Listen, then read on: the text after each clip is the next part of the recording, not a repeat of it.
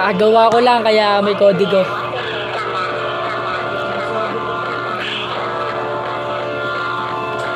Di na sana ko lalapat sasabay dyan sa pasabog. Kahit lugar na tahimik ko'y bahagyan yung nasakop.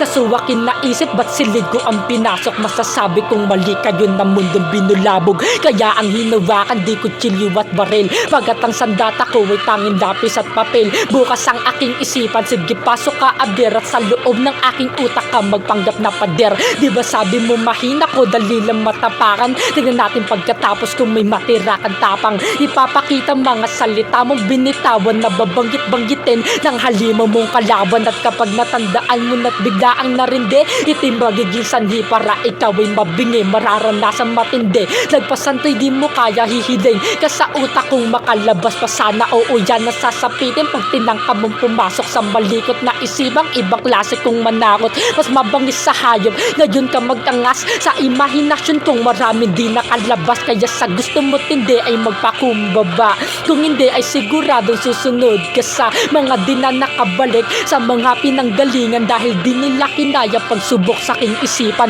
Ngayon tatanungin kita bilang taong maayos na labas ka sa mundo ko o buhay mo'y matatapos. Yan lang pagpipilian pero sigurado na ako na ang nanaisin muling masilayan mga tao. Hahayaan kita nandun pintuan palabas sa likod ng salita mong ako lang ang malakas. Di mo ba napansin nilalaro lang kita sampalan ng katotohanan ng mahina ka pa. Magiging aral sa iyo yan ngayong muling naging malaya sa mga naranasan mo'y magbago ka na sana. Kung uulitin pa'y muli kang babalikan at sa puntong yun din na kita pakakawalan. Sarap sa pakiramdam na meron na namang nadali ang aking kaburingan. Sa lahat na nangyayari mas mabuti na rin yung para baguhin ang daanan tungo sa pagbabago at di na lumala ang yabang. Kahit na napasobra ang aking pinaranas, sigurado naman ako nabawasan kanyang angas sapagkat aking misyon kaya nagpapalakas ay patinuin mga naliligaw na landas.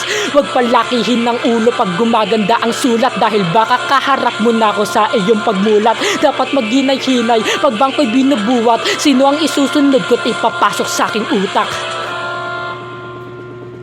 Lil Pipes.